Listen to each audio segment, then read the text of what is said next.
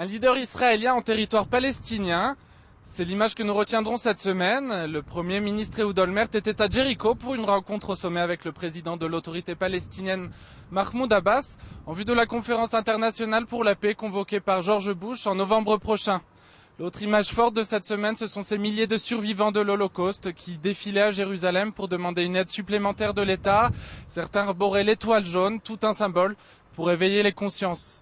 Et puis c'est cette semaine également que l'état-major a publié une liste des soldats qui seront bientôt récompensés pour leur acte de bravoure au cours du second conflit contre le Liban l'été dernier. Ils sont 142 en tout.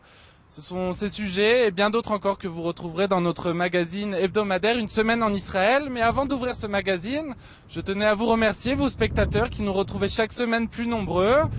Je profite de l'occasion également pour vous rappeler que notre forum est ouvert pour laisser vos commentaires et suggestions. Bon magazine à tous. Retour sur la rencontre entre Ehud Olmert et Mahmoud Abbas qui s'est tenue lundi à Jéricho. Le sommet ne se sera pas achevé sur des avancées spectaculaires mais restera essentiel d'un point de vue symbolique. C'était la première visite d'un leader israélien dans une ville palestinienne depuis 7 ans. En vue de la conférence pour la paix convoquée par Bush, Olmert a décidé d'entrer dans le vif du sujet. Je suis venu ici pour discuter avec vous des questions fondamentales qui restent en suspens entre Israël et l'autorité palestinienne, en espérant que cela nous mènera bientôt vers des négociations pour la constitution d'un État palestinien, déclaré Ehud Olmert. Mais à l'issue de l'entretien, son entourage refuse de commenter les rumeurs qui parlent d'un tracé définitif des frontières avec le futur État palestinien ou d'un renoncement à certains quartiers de Jérusalem-Est.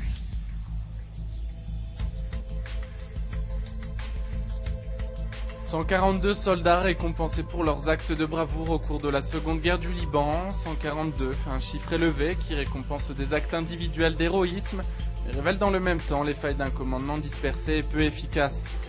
Les soldats et leurs familles ont été informés cette semaine par courrier. Parmi eux, 4 soldats tombés au combat recevront leur médaille à titre posthume au cours d'une cérémonie qui se tiendra le 2 septembre prochain. Une maigre consolation pour ces familles endeuillées.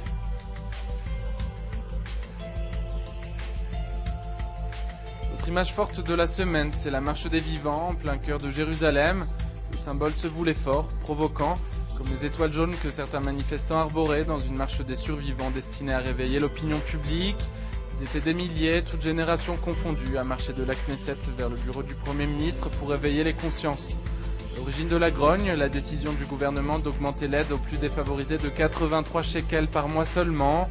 Saisi de la question, Olmert a promis dès mercredi de réexaminer le dossier et d'apporter une solution dans les 10 jours.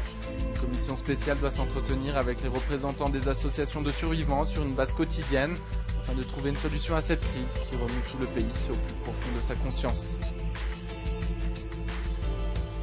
Pendant ce temps, un soldat israélien est toujours détenu à Gaza depuis plus de 13 mois.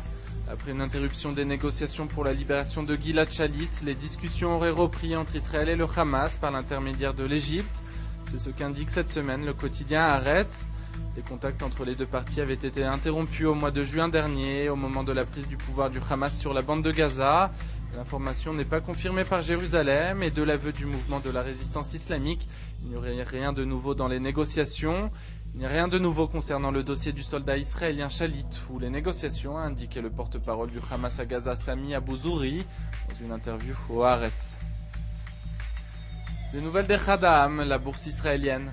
Après des années de croissance ininterrompue, le marché a clôturé jeudi à la baisse pour la 2e semaine consécutive. Pour les analystes financiers, il s'agit d'un réajustement naturel après une hausse des indices que certains jugeaient exagérée. La chute des indices inquiète. À l'origine de cette crise, les piètres résultats des banques américaines qui ont entraîné avec elles la baisse des valeurs immobilières, provoquant dans un effet ricochet la chute des marchés américains, européens et israéliens. Voilà, c'est tout pour aujourd'hui. Alors la semaine prochaine, vous retrouverez Benny Sambert. Pour ma part, je m'en vais pour quelques vacances bien méritées, à la fraîche.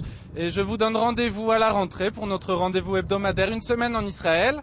Shabbat Shalom à tous. C'était Jérémy Devray-Benichou, depuis Jérusalem.